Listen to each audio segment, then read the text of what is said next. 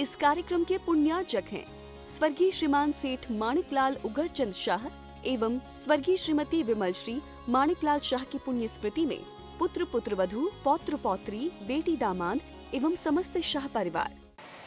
ओम नमः सिद्धेभ्यः। नमः श्रीवर्धमानाय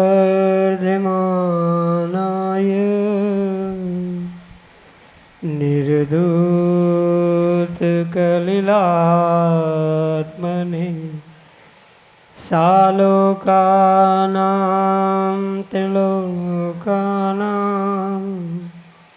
यद्विद्यादर्पणायते यद्विद्यादर्पणायते। पंच परमेष्टि भगवान की परम पूज्य आचार्य भगवंत गुरुवर विशुद्ध सागर जी मुनि महाराज की जय। परम पूज्य मुनि श्री सुप्रभ सागर जी महाराज की जय। 3 करोड़ मुनिराजों की जय। जय मुनि श्री प्रणत सागर जी महाराज की।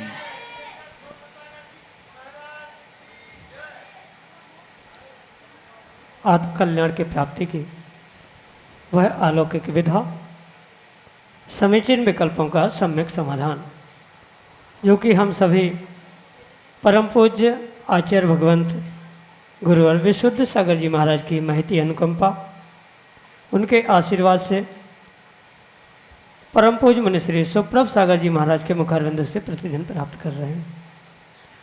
समीचीन विकल्पों का सम्यक समाधान एक ऐसा अनूठा उपाय जो निश्चित ही हमारे मन को एक शांति की अनुभूति कराने वाला है और उस अनुभूति की प्राप्ति निर्विकल्प अवस्था में ही संभव है।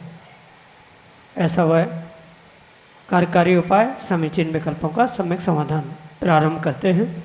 और आज के पहले विकल्प के लिए बांसवाड़ा राजस्थान से बाल ब्रह्मचारी प्रवेश भैया महाराज श्री के श्री चरणों में कोटि कोटि नमोस्तु निवेदित करते हुए अपना समीचीन विकल्प रख रहे हैं कि महाराज जी, कोई जिनवाणी की वैयावृत्ति करता है, उस पर कवर चढ़ाता है, फटी हो तो सही करता है, वस्त्र से कवर बना करके उसमें बेष्टन आदि में लपेट करके जिनवाणी को अलमारी में जमा देता है, तो क्या उस व्यक्ति को उतना ही पुण्य का बंध होगा जिस प्रकार एक जिनविम को सिंहासन देने के बराबर होता है?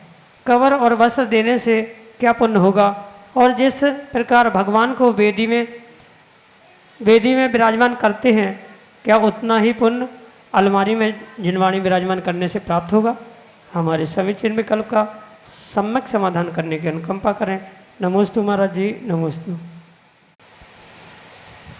ओम नमः सिद्धम। परम पूज्य आचार्य भगवत गुरुवर विशुद्ध सागर जी महाराज की। बोले मुनि श्री सुप्रभ सागर जी महाराज की जय। आगम में आचार्य भगवंतों ने देव, शास्त्र और गुरु तीनों को पूर्ण रूप से समान दर्जा प्रदान किया। जितने अरिहंत देव की महिमा कही है, उतनी ही गुरुओं की और उतनी ही जिनवाणी शास्त्र की भी कही है। ये तीनों को आगम में रत्न के समान कहा है, इसलिए किंचित भी ये विकल्प करने की आवश्यकता ही नहीं कि मात्र देवों को उच्चासन सिंहासन देने से ही विशेष पुण्य मिलेगा या जिनवाणी की सेवा सुरक्षा आदि करने से कम मिलेगा। ऐसा किसी भी प्रकार से मात्र कार्य करने से ही उसका पुण्य पाप का अच्छे बुरे का निर्णय नहीं किया जा सकता। कवर चढ़ाते समय या जिनवाणी की सेवा करते समय आपके भाव उतने ही निर्मल है जितने कि भगवान के अभिषेक करते हुए भगवान को सिंहासन उच्चासन प्रदान करते समय जैसे निर्मल भाव किए जा सकते हैं, उससे अधिक या उतने भी भाव अगर आपके पास हैं तो नियम से ये मान लेना कि उसके कारण से यानी जिनवाणी की सेवा, सुरक्षा, कवर आदि आदि करने से आपको अवश्य ही पुण्य का आश्रयबंध होगा। इसमें कोई भी शंका है ही नहीं। भले ही देव का नंबर पहले आता है, फिर देव, शास्त्र, गुरु इस क्रम से कहा जाता है, पर ये पक्का माने कि भगवान तीनों के रूप में, यानी वह जो शास्त्र है भले ही कागज़ों पे लिखा है, वह निर्ग्रंथ गुरु जिसे कह रहे हैं वह भी शास्त्र है, पर कहीं ना कहीं ये भगवान अरिहंत के मुखारविंद से ही प्राप्त हुआ है और भगवान अरिहंत का ही गुरु का भेष होने से हमें उन सबको एक समान के रूप में ही समानता से देखना होगा। भले ही किसी की क्या मान्यता, कौन क्या सोच रहा है, उसका व्यक्तिगत विषय भिन्न हो सकता है, पर यह अवश्य समझे कि जिनवाणी की सेवा सच्चे भावों से अगर आपने की है तो नियम से वह आपके पुण्य को बढ़ाने ही वाला होगा और उतना ही पुण्य मिल सकता है जितना कि भगवान को किसी सिंहासन, उच्चासन पे विराजमान करने का मिलता है। इसलिए ये विकल्प ना करें कि भगवान को कोई उच्चासन प्रदान करे और जिनवाणी का ध्यान नहीं रखा जाए। जिनवाणी भी भगवान के मुखारविंद से ही निकली होने से उसकी सुरक्षा कर रहे हैं और मात्र सुरक्षा करने से भगवान को उच्चासन देने से ही पुण्य मिले ज़रूरी नहीं है। अगर ये सभी कार्य दिखावे के लिए किए जा रहे हैं, प्रशंसा के लिए किए जा रहे हैं तो पुण्य मिलने वाला नहीं है। जिस कार्य में आपकी भावों की विशुद्धि अधिक बन रही है उस कार्य से ही आपको सर्वाधिक पुण्य मिलने वाला है, क्योंकि पुण्य की प्राप्ति का सर्वोत्कृष्ट साधन आचार्य भगवंतों ने भावों की विशुद्धि कहा है और भावों की विशुद्धि जहाँ है वहाँ पूर्ण रूप से आपके लिए वह पुण्यवर्धन कार्य होगा। इसलिए जिनवाणी की सेवा करते समय भी आपके भावों में विशुद्धि है तो आप वह करें, उससे भी आपको बहुत अच्छा सातिशय पुण्य का लाभ हो सकता है। यही आपके लिए सम्यक समझ। सौम्या जैन, विदिशा, मध्य प्रदेश से अगले समीचीन विकल्प के लिए बोलिए 1008 श्री विशुद्ध सागर जी महामुनि राज जी की, मुनि श्री सुब्रत सागर जी महामुनि राज जी की, आचार्य संघ की जय। नमोस्तु भगवान, नमोस्तु भगवान, नमोस्तु भगवान। महाराज जी, मेरा प्रश्न ये है कि हम जब मंदिर में दर्शन करते हैं तो बहुत सारे लोग बोलते हैं कि हमें आँख बंद करके दर्शन करना चाहिए और कुछ लोग बोलते हैं कि आँख खोल के दर्शन करना चाहिए क्योंकि भगवान साक्षात हमारे सामने है। और जब हम आँख खोल के दर्शन करते हैं तो कभी कभी ऐसा होता है कि हमारा मन भटक भी जाता है, तो हमें दर्शन किस तरह से करना चाहिए, आँख खोल के या फिर आँख बंद करके? नमोस्तु भगवान। देवशास्त्र गुरु के दर्शन आँख बंद करके और आँख खोलकर दोनों प्रकार से करना चाहिए। भीतर की जो हमारी श्रद्धा की आँख है उस श्रद्धा की आँख खोलकर बाहर की जो द्रव्येंद्रिय रूप आँख है उसे कुछ समय बंद करते हुए या हमारी अनुकूलता को देखते हुए हमें दर्शन करने की आवश्यकता। वास्तव में देखा जाए तो भगवान के दर्शन करने जा रहे हैं तो हमें आँख खोल के ही दर्शन करने चाहिए, क्योंकि दर्शन का मतलब ही होता है कि देखना। जहाँ हम आँख बंद कर रहे हैं तो फिर देखना क्या, और फिर हम घर बैठे ही बैठे आँख बंद करते हुए भगवान का स्मरण कर सकते हैं, पर यहाँ भगवान के स्मरण की बात नहीं है, अपितु भगवान के दर्शन की बात। तो दर्शन जब भी होगा जब हम आँख खोल पाएंगे, भीतर की श्रद्धा की भी आँख खोलनी होगी, बाहर की ये चर्म चक्षु को भी खोलना होगा, तभी तक वह प्रतिमा और प्रतिमावान को, भगवान को हम देख सकते हैं और देख सकते हैं तभी दर्शन हो सकता है। ये बात परम सत्य है कि आंखें खुली रखने से कई बार कुछ दृश्यों को देखने से या आने जाने वाले लोगों को देखने से विकल्प आता है, पर उन विकल्पों के लिए आँख दोषी नहीं है, अपितु आपका मन, आपके स्वयं के परिणाम दोषी है। अगर सर्वथा आँख ही दोषी होती तो अंधे लोगों को कम पाप पड़ता होगा और आँख वालों को ज़्यादा पड़ता हो। ऐसा कहीं भी गणित नहीं है। हम अपने आँखों का कहाँ उपयोग करते हैं, माना कि कुछ दृश्य, कुछ घटनाएं, कुछ व्यक्ति हमें दिखाई भी दे तो तुरंत दूसरे क्षण उस मन को, अपनी आँखों को पुनः भगवान के पास ले आना, यही सर्वोत्कृष्ट कार्य होता है। क्योंकि आंखें बंद करके हुए भगवान का स्मरण हम कहीं भी कभी भी कर सकते हैं, पर भगवान के सामने, गुरु के सामने जब पहुंचते हैं तो हमें कुछ क्षण तो एक टक भगवान की प्रतिमा को, भगवान की वीतरागता को निहारना ही होगा, तभी हमारा दर्शन करना सार्थक हो सकता है। अन्य भी बहुत सारी दर्शन की विधियाँ कही है, चाहे आवर्त हो, सिरोन्नति हो, वो वंदना के रूप में उसे दर्शन को स्वीकार करना होगा। अन्यथा मात्र एक क्षण हाथ जोड़ के भाग जाना ये भी दर्शन नहीं है, और आंख बंद करके घंटों घंटों बैठ जाना ये भी दर्शन नहीं। आंख बंद करके चिंतन हो सकता है, स्मरण हो सकता है, ध्यान हो सकता है, दर्शन तो आंख खोल के ही होगा। और कोई भी विकल्प अगर आ रहे हैं तो उन विकल्पों से पुनः अपने मन को खींच के लाना, यही वास्तव में दर्शन की विधि है। यही आपके लिए सम्यक समझ। सुरभि जैन, ललितपुर उत्तर प्रदेश से अगले समीचीन विकल्प के लिए। जय बोलिए आचार्य श्री विशुद्ध सागर जी महाराज की जय। मुनि श्री सुप्रभ सागर जी महाराज की जय। मुनि संघ की जय। मेरी और मेरे परिवार की तरफ से नमोस्तु महाराज जी, नमोस्तु महाराज जी, नमोस्तु महाराज जी। महाराज जी मेरी जिज्ञासा है कि जब हम सुबह दिग्वंदना करते हैं तब हम चारों दिशाओं में नमोस्तु करते हैं, और जाप कायुसर करते हैं तो हम उत्तर दिशा में करते समय आपकी ओर पीठ होती है, तो ये गुरु की अभिनय हुई और दिशा का मतलब कि दिशा के अनुसार भी काम नहीं हुआ, तो हमें क्या करना चाहिए? गुरु की तरफ पीठ करनी चाहिए या नहीं? दिग्वंदना का अर्थ होता है चारों दिशाओं में जो देव शास्त्र गुरु पंच परमेष्ठी 9 देवता आदि होते हैं उनको स्मरण करते हुए उस दिशा से आने वाले विघ्नों को रोक लेना, और उन दिशाओं में विराजमान सभी उन 9 देवताओं को नमस्कार करते हुए अपने इष्ट कार्य की सामायिक आदि की सिद्धि कर लेना। इसलिए पूर्ण रूप से चारों दिशाओं में दिग्वंदन करना ये आवश्यक ही हुआ करता है, पर ये उस सामान्य व्याख्यान के साथ विशेष कथन को भी समझने की आवश्यकता है। कभी हम सच्चे देवशास्त्र गुरु के सामने ही खड़े होकर सामायिक कर रहे हैं, बैठकर सामायिक कर रहे हैं, तो ऐसे समय में दिग्वंदन करते समय ये भी ध्यान रखने की आवश्यकता है कि कभी भी सच्चे देवशास्त्र गुरु को हमारी पीठ नहीं होनी चाहिए। पीठ हो रही है तो वहाँ नियम से दोष लगेगा, और अगर कहा नहीं जाएगा उत्तर दिशा में तो दिग्वंदना छूट रही है। इसलिए भगवान के सामने, गुरु के सामने जब भी हम दिग्वंदना करते हैं वहाँ भगवान और गुरु के सामने सब दिशाओं का दोष टल जाता है। इसलिए चारों दिशाओं की वंदना भगवान के सामने, गुरु के सामने करे तो दोष नहीं है, पर जहाँ पीठ हो उस दिशा में तो बिल्कुल भी ना करे।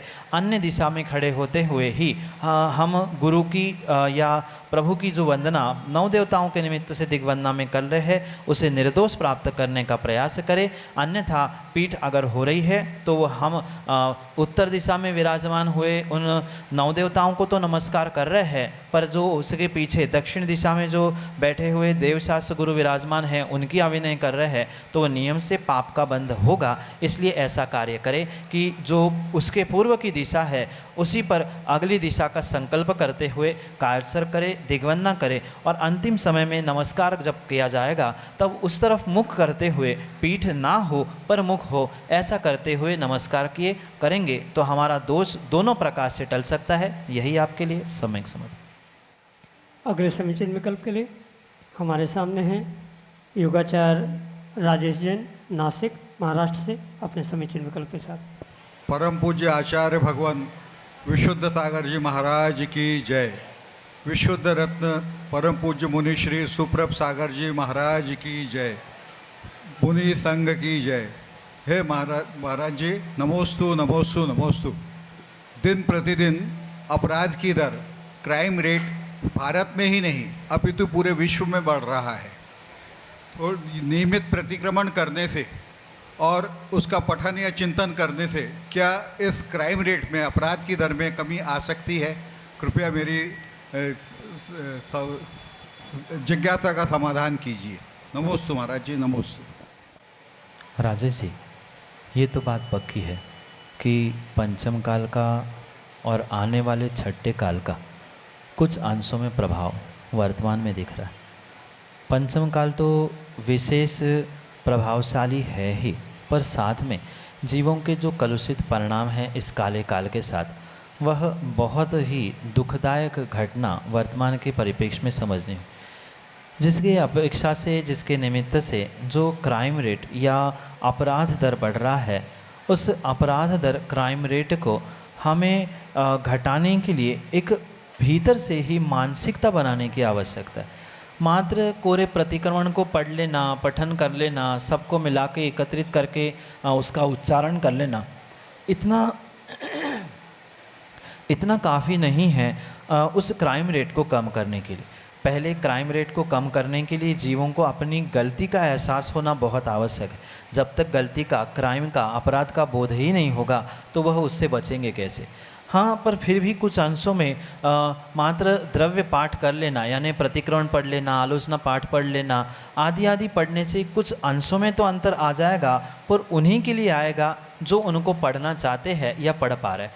जो माहिर हो चुके हैं अपराध करने में, जो उसमें पूर्ण रूप से संलग्न हो चुके हैं, वे अपने अपराध को, अपनी गलती को क्राइम मानते ही नहीं हैं। और जो अपनी गलती को गलती मानते ही नहीं हैं, वे कभी भी इस संसार में, इस जगत में चाहे प्रतिक्रमण करे, चाहे गुरु की सेवा करे, चाहे कुछ भी करे, वे कभी भी अपने आत्मा का कल्याण नहीं कर सकते।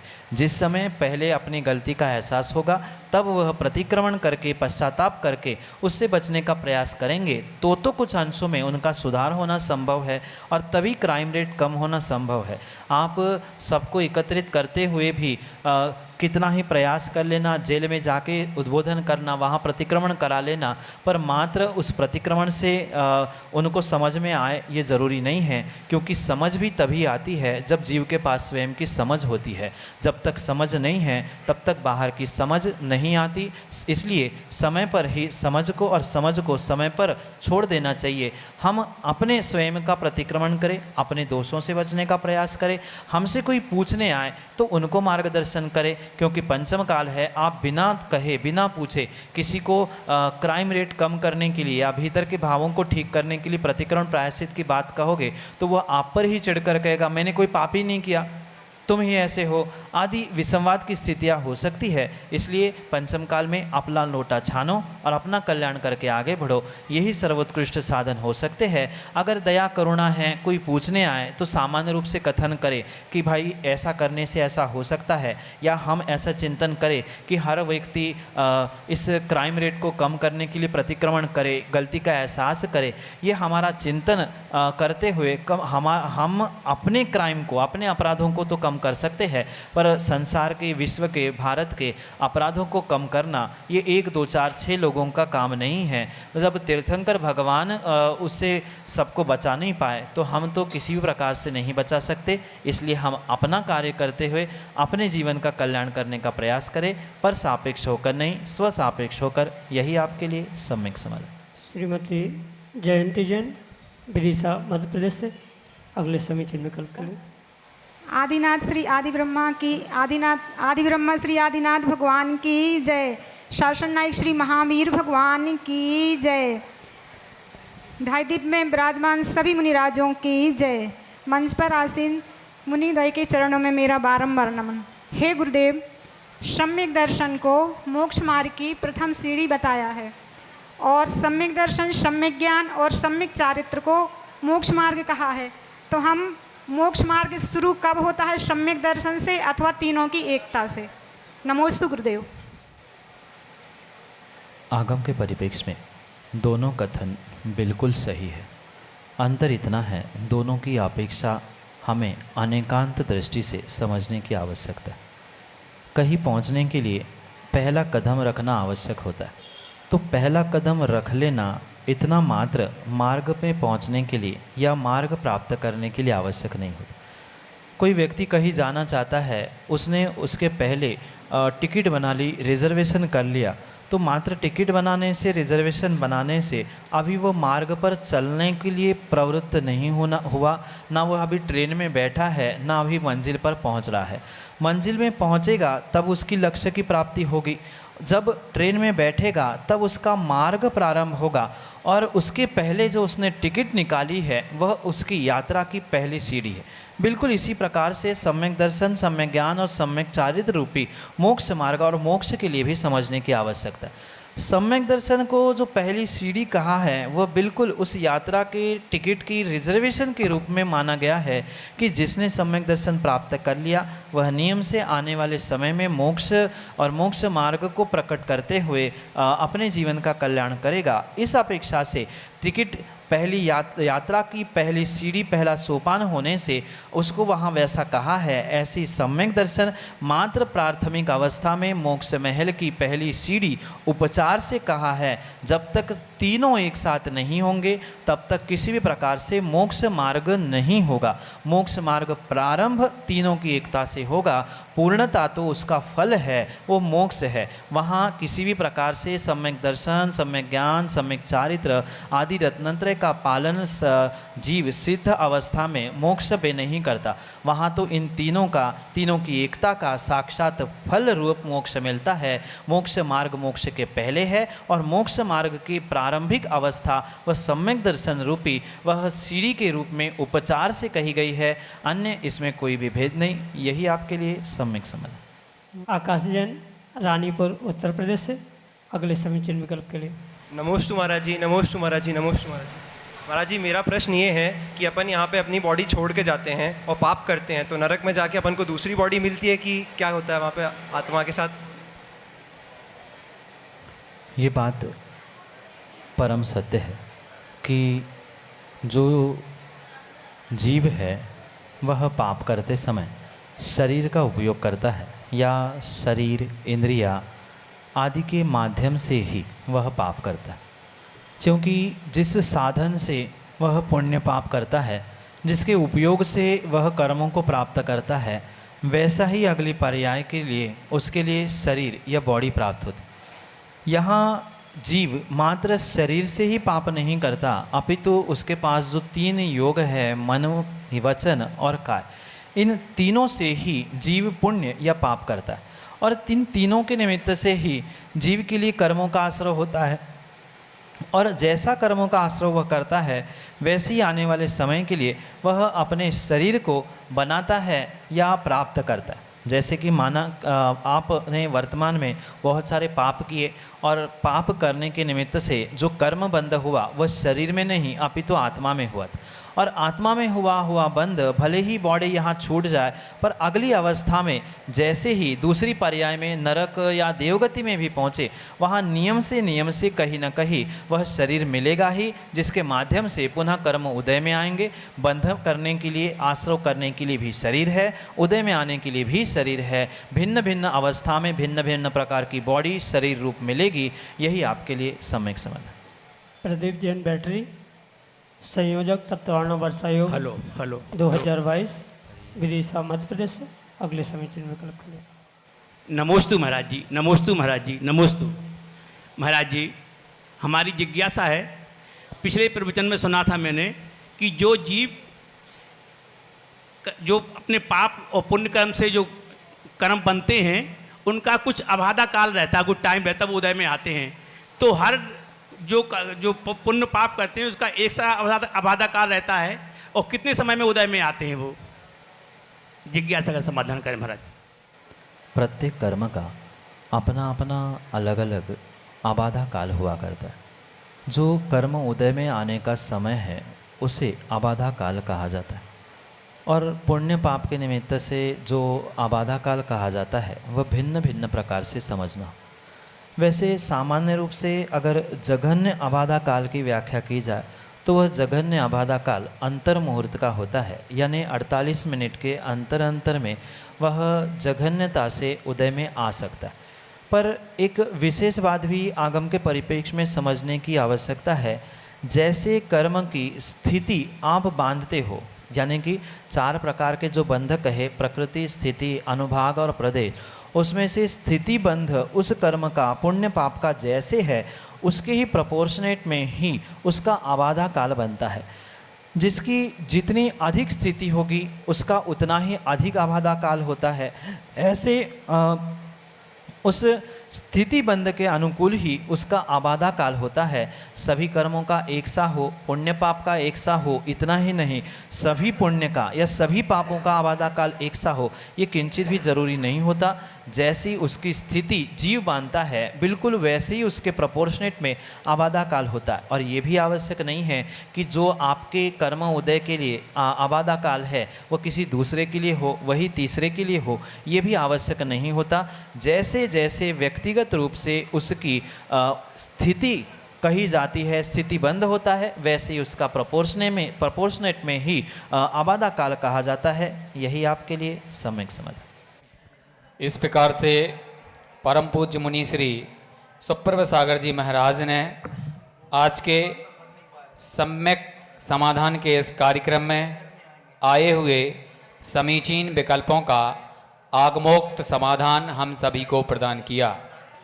परम पूज्य मुनिश्री के सानिध्य में 31 तारीख से जो 10 लक्षण महापर्व आयोजित होने जा रहे हैं, उसमें शिविर के माध्यम से सैकड़ों शिविरार्थी भी आत्म साधना करेंगे पूज्य मुनित्रय के निर्देशन में, तथा आगामी अक्टूबर माह के प्रथम सप्ताह में शुभ लाभ अनुशीलन राष्ट्रीय विद्वत संगोष्ठी का आयोजन भी विदिशा की इस धर्मप्राण नगरी में किया जाएगा, जिसमें भारतवर्ष के अनेक स्थानों से प्रमुख विद्वानों को आमंत्रित किया जाएगा और वह अपने आलेखों के माध्यम से उस ग्रंथ पर मंथन चिंतन करेंगे। आप सभी भी इस महत्वपूर्ण कार्यक्रम की कड़ी से जुड़ सकते हैं। वह जुड़ने के माध्यम ऑनलाइन माध्यम से भी आप जुड़ सकते हैं।